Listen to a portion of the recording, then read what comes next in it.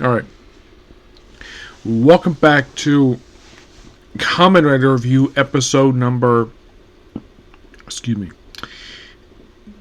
180. If I get my mouse to move here, my mouse has mysteriously stopped working. There you go. Okay. We are on episode, I think it's 100, I think it's 85. Okay. We're here discussing episodes 25 to 29 of Kamen Rider Agito. Bunch of stuff happening here. And 25 continues basically where you have Shinichi as in the suit of basically the G3 suit. Yep, taking on one of the lords. Yes. By the way, the mysterious youth who he had disappeared because he's been absent for a little while now. Like, I've been watching the episodes. I have not seen him appear at all. It's like either this character has been dropped or he's basically just disappeared. Also, the guy who got power from him to activate special powers, he disappears for a brief period of time, and then he just magically comes back in 26. All of a sudden. Yeah. You're like, really? Yeah, it just... It is something. The fact that it just happened to be this way.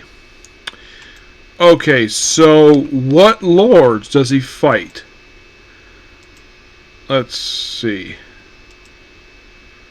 He does fight in these episodes. He does fight the returning Crow Lords. Yep. He fights 3 of them. But that's in 25 and 27. 26, 27, excuse me.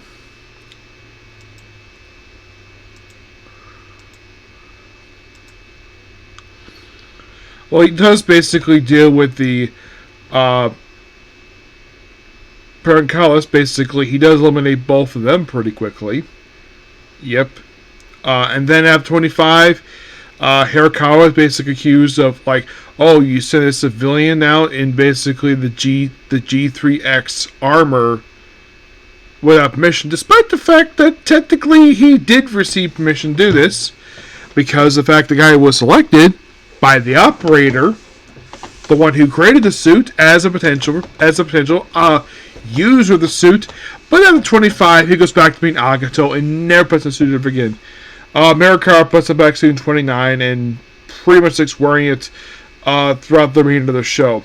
And then, of course, basically he fights, well, and then we have 2 Crow Lords who just randomly show up. And also in these 2 episodes, in 27, 26, 27, we debut Agito's Trinity form. Basically, it's the red, blue, and yellow formation, and he uses to eliminate the 2 Crow Lords. Also, the fact that he fights Commander Gills, where he kind of loses but doesn't necessarily get killed, falls in the water, and somehow regains his memories. He dreams about a woman, a pretty woman, who turns out to be his sister. And also, Sagawa, has memories of this woman, where she basically commits suicide. It's like she just really wants to die so badly. At one point, he's trying to stop her, and then she just says, "Let her go," and falls off. And we find out that this woman that he's seeing is actually Shinichi's sister.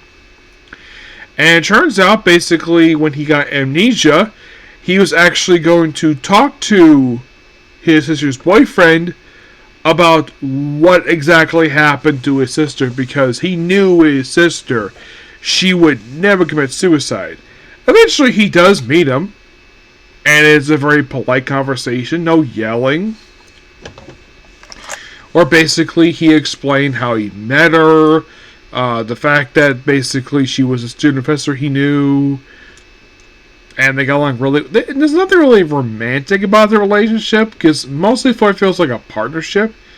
Because there's nothing like, oh, she's smiling a lot. She's not smiling. All she's doing the whole time they're basically supposedly an item is that she's testing powers. And there's no mention of these two falling in love. Nothing. Absolutely freaking nothing. And I'm like, what is this? And then he leaves,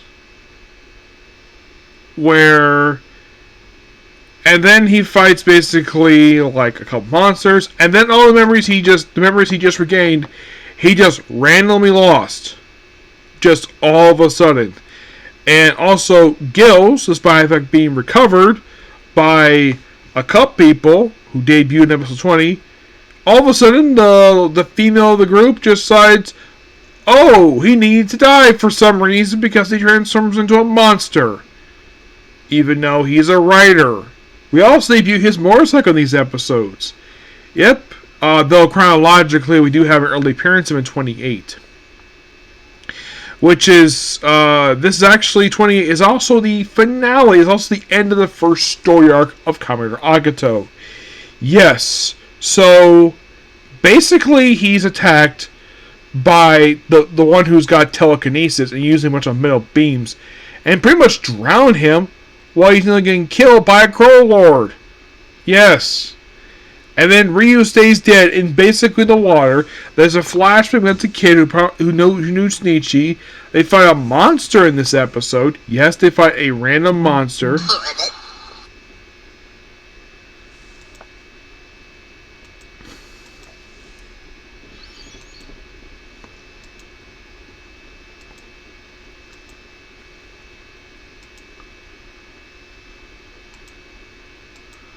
Let's see, who does he fight? Okay, he fights basically a sea urchin lord. Yes.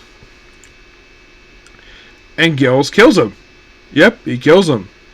And then, like, the very next episode, get this.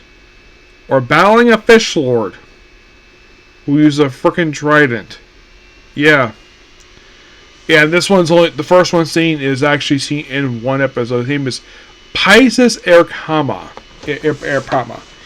Yeah. And by the end of 29, we have it where Sakawa finds Ryu still lying in the water, his same place, same exact place he's been in since 27. What is he going to do? Don't really know. But in the case of the cop side of it, well, basically, at one point, we have Hero. Basically, he's like, oh, he's going to become basically the user of the G3X armor. And then he's talked out of it by the professor he's working with for the V1 system. Which, by the way, he does use the suit ever again in the show after that one appearance. Basically, the suit was destroyed by... Oh, and also, Azawa, she's the operator. She's given a suppression chip. Yes, a suppression chip where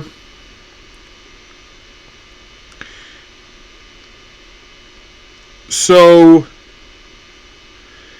this particular suppression chip is meant to suppress the AI.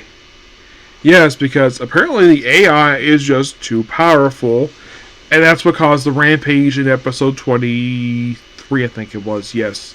So she's giving him that, and that's how he's able to control the suit, no problem. You're like, okay, interesting. Excuse me.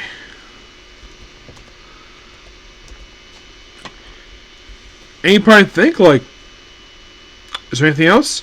Not that I can think of, no. Aside from the mild stuff with G3X, like, there's not a lot done with the cops in these episodes, per se. Well, they are investigating. There's also more people dying.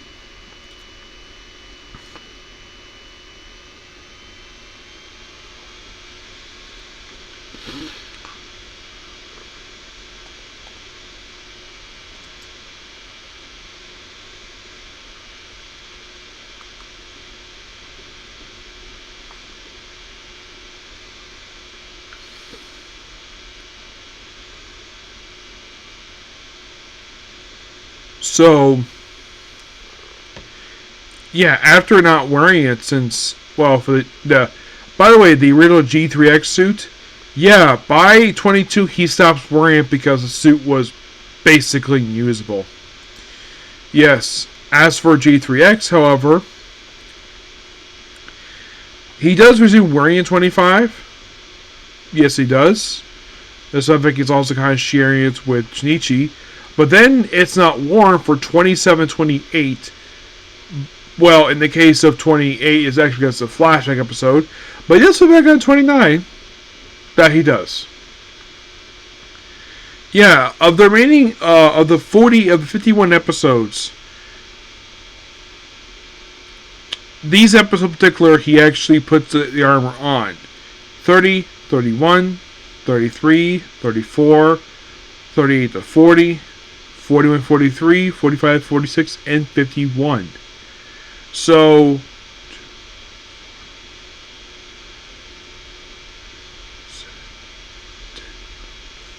only 13 out of, I think it's like 22 episodes he actually puts on, which isn't too bad. But it's close to half of the remaining episodes he puts a suit on again. At least Agito is seen for a good chunk of the show. Yeah. But not a lot of else is left to say about these episodes. Aside from the fact they're really good. And we're getting really close to my break time with the series. About 6 more to go, and then at that point I'll be on my break.